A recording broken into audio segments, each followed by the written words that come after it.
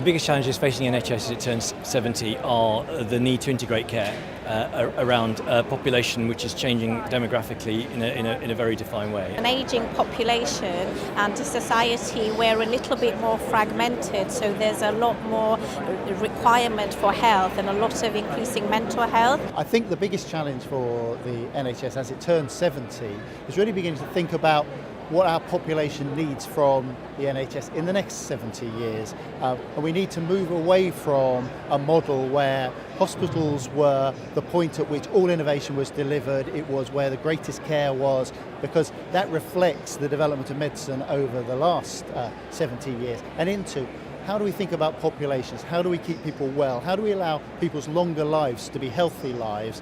And so we need to be focusing much more now on primary care, on communities, on supporting people in their own wellness, not just on what happens when something goes wrong. To have a bold and a cohesive plan.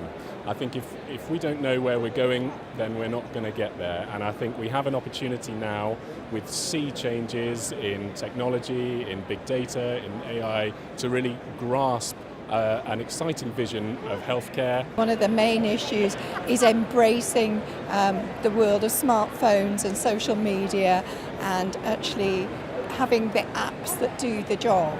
The ageing population, but actually it's about how we recognise that our workforce is not as big as we think it is, and actually how do we use all of the people we have more effectively, not just one group but everyone across the entire system. The morale of the workforce is probably the biggest financial challenge or biggest financial risk we have, is the retention and recruitment of people to run the NHS in the next 70 years.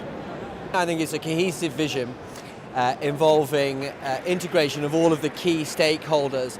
And I don't just mean key health stakeholders in that, I mean social care, voluntary sector, even the private sector, all coming together. We need to start thinking about more and more about whole people rather than individual conditions. Get upstream in the way that we provide treatment to help people to stay well, and really importantly support our staff to have the time and the tools that they need to deliver the kind of care that they want to.